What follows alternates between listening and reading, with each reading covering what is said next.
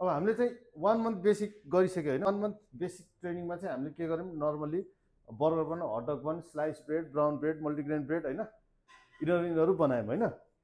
अब त्यसपछि हाम्रो यो सेकेन्ड मन्थको चाहिँ अब यो एडभान्स क्लासमा चाहिँ अब के हुनुभयो भने डोहरू पनि अलिकति एडभान्स फर्मको क्या। पहिला जस्तो एकै दिनमा सेम डेमा चाहिँ सबै इन्ग्रिडियन्टहरू मिसाएर सेम डेमा चाहिँ डो बनेर ब्रेड बन्थ्यो नि। अबको ब्रेडहरू चाहिँ के हुन्छ भने स्टार्टर प्रिपेरेसन गर्नुपर्ने हुन्छ क्या है। यहाँ हामीसँग यहाँ अहिले तिनवटा डिफ्रेन्ट 3 टाइपको स्टार्टर छ है। यो चाहिँ सावरडो स्टार्टर, यसरी चाहिँ ऱ्याप गरेर राखेको हुन्छ। यसमा चाहिँ equal quantity of floor and water है। जस्तै यहाँ 100 ग्राम पानी 100 ग्राम मैदा घोलेर राख्ने, फेरि भोलि बिर्को झिक्ने 100 ग्राम पानी 100 ग्राम मैदा, फेरि पछि 100 ग्राम पानी 100 ग्राम मैदा गर्दै राख्ने यसमा होइन। त्यसपछि फेरि आयो यो चाहिँ हाम्रो स्टार्टरमा चाहिँ बिगा स्टार्टर हो यो, सियाबाटाको लागि है। यसमा बिगा स्टार्टरमा चाहिँ के हुन्छ, इस्ट कति हुन्छ, जम्मा 5% इस्ट हुन्छ भनेको यसमा थोरै मात्रै इस्ट राखेको छ क्या।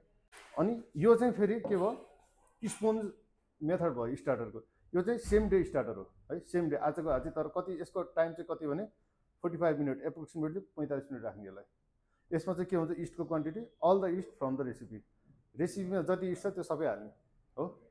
3टा थरीको स्टार्टर भयो। यो चाहिँ 4-5 दिन लाग्छ गर्दै जाने हो।